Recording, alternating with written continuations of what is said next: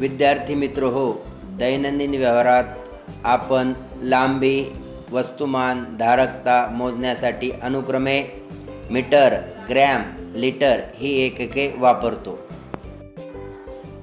वर दाखवल्याप्रमाणे आपण मीटर पट्टीच्या मदतीने कापड मोजतो. धान्य मोजण्यासाठी किलोग्रॅम हे एकक वापरतो. लिटर या एककाच्या मदतीने आपण दूध किंवा इतर द्रव्य पदार्थ मोजतो. विद्यार्थी मित्र हो, एका एककाचे रूपांतर दुसऱ्या एककात कशा पद्धतीने होते ते आपण बघूया. 1000 मिलीलिटर बरोबर 1 लिटर. 1000 ग्रॅम बरोबर 1 किलोग्रॅम. 1000 मीटर बरोबर 1 किलोमीटर. 10 मिलीमीटर बरोबर 1 सेंटीमीटर.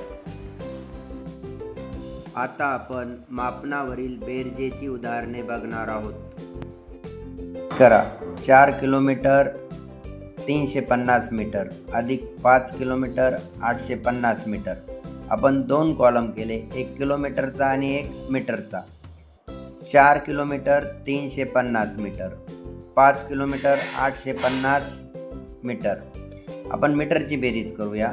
350 आणि 850 यांची बेरीज झाली 1200. 4 आणि 5 9 किलोमीटर झाले. आता काय करू आपण, हे 1200 जे आहे हे 1000पेक्षा जास्त आहे. 1000 मीटर बरोबर 1 किलोमीटर, म्हणून 1200 मीटरमधून आपण 1000 मीटर वजा केले, किती आले 200 मीटर. आणि 1000 मीटर वजा केले, त्यामुळं आता किलोमीटरकडे एक काय जाईल, हातचा जाईल. 4 आणि 1 5 हे पहिले 9 मीटर आणि हातचा आलेला 1 असे 10, म्हणजे उत्तर आलेलं आहे 10 किलोमीटर आणि 200 मीटर. चला आता आपण एक बेरजेचे सोपे उदाहरण बघूयात. रमेश नावाचा एक मुलगा होता. त्याने 1 तास 35 मिनिटे सायकलने प्रवास केला, परंतु तो सायकल चालवून थकला.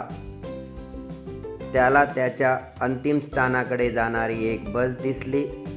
त्याने पुढील प्रवास बसने केला. त्याने 2 तास 40 मिनिटे बसने प्रवास केला. तर रमेशच्या प्रवासाचा एकूण वेळ किती? रमेशने सायकलने 1 तास 35 मिनिटे प्रवास केला व बसने 2 तास 40 मिनिटे प्रवास केला. आपण मिनिटांची बेरीज करू. 35 आणि 40 75 मिनिटे. परंतु 75 मिनिटे हे काय आहे, 60 मिनिटापेक्षा जास्त आहे आणि 60 मिनिटं बरोबर 1 तास, म्हणून 75मधनं आपण 60 वजा केले, 15 उरले. या ठिकाणी 15 उरले आणि आपण 60 मिनिटे काढला म्हणजे 1 तास.